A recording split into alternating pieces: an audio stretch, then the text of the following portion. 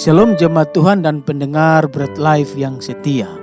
Kita menyadari kadang-kadang kehidupan manusia penuh dengan tantangan.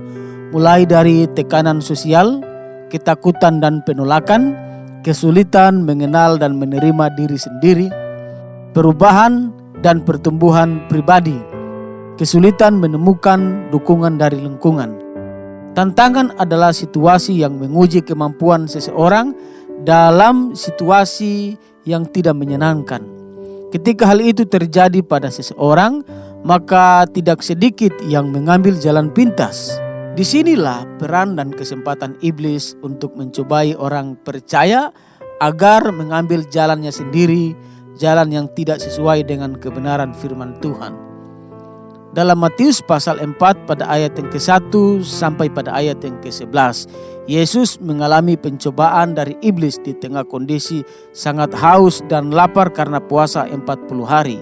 Yesus dibawa iblis ke padang gurun. Padang gurun tempat yang sepi, sunyi dan gersang. Iblis mengambil kesempatan ini dan mencobai Yesus dengan 3 godaan. Namun Yesus tidak tertipu oleh iblis.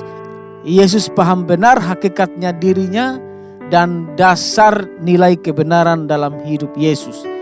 Sebagaimana Yesus mengalami pencobaan tersebut di atas, manusia juga akan diperhadapkan pada 3 hal utama dalam kehidupannya.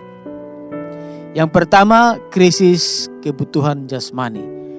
Kebutuhan jasmani adalah kebutuhan dasar yang diperlukan tubuh manusia untuk bertahan hidup dan berfungsi dengan baik. Kebutuhan ini meliputi kebutuhan sandang, pangan, papan, kesehatan, dan kegiatan fisik seperti olahraga dan istirahat. Di padang gurun, Yesus juga menghadapi krisis kebutuhan jasmani setelah puasa 40 hari 40 malam. Iblis mencoba Yesus dengan meminta Yesus mengubah batu menjadi roti. Tetapi Yesus berpegang pada firman Allah dan tidak menggunakan kuasanya yang ada padanya untuk kepentingan dirinya sendiri. Biasanya apabila menyangkut persoalan keberlangsungan hidup, manusia akan mudah sangat tergoda mengabaikan kebenaran firman Tuhan. Mulai pencobaan ini, Yesus mengajarkan kepada kita bahwa firman Tuhan sangat berkuasa untuk mengalahkan pencobaan. Ketika kita memperkatakan firman Tuhan, maka kita tidak akan jatuh dalam pencobaan. Sebab kuasa firman Tuhan tidak pernah berubah dari dulu, sekarang, dan selamanya. Yang kedua, krisis ego. Ego adalah bagian dari kepribadian yang membentuk identitas, harga diri, dan kemampuan untuk beradaptasi dengan realita. Iblis membawa Yesus ke kota suci dan menempatkan dia di bubungan bait Allah, lalu meminta Yesus untuk melompat untuk membuktikan kepercayaannya kepada Allah. Yesus menjawab, "Janganlah engkau mencobai Tuhan Allahmu."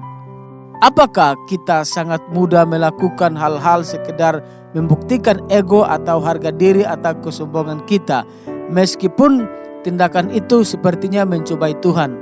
Kita harus membuang jauh-jauh sikap ego tersebut. Kita tidak perlu memamerkan kekuatan iman kita. Kita tidak perlu memamerkan hasil doa kita. Kita tidak perlu membuktikan kepercayaan diri yang berlebihan dengan suatu keyakinan, karena semua itu termasuk sebagai mencobai Allah. Yang ketiga, krisis kepercayaan. Iblis membawa Yesus ke gunung tinggi dan memperlihatkan semua kerajaan dunia, lalu menawarkan kerajaan-kerajaan itu jika Yesus mau menyembah iblis.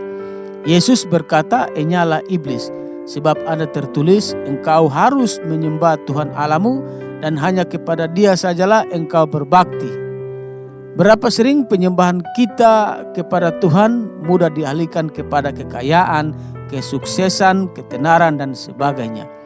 Memang dunia dengan segala kekayaannya ada di bawah kekuasaan iblis, dan iblis akan memberikan kepada setiap orang yang mau menyembahnya. Pilihan ada di tangan kita. Menyembah Tuhan Yesus yang telah mengorbankan dirinya untuk kita, atau menyembah iblis yang menuntut pengorbanan dari kita. Jemaat Tuhan dan pendengar Bread Life yang setia, sesudah iblis mengakhiri semua pencobaan itu, ia mundur daripadanya dan menunggu waktu yang baik. dalam Lukas pasal 4 pada ayat yang ke-13.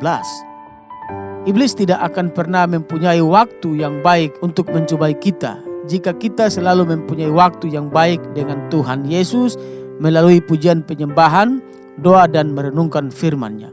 Salam kemenangan atas semua pencobaan, karena semua itu tidak akan melebihi kekuatan kita. Salam sehat rohani dan jasmani, Tuhan Yesus memberkati. Amin. Merdeka.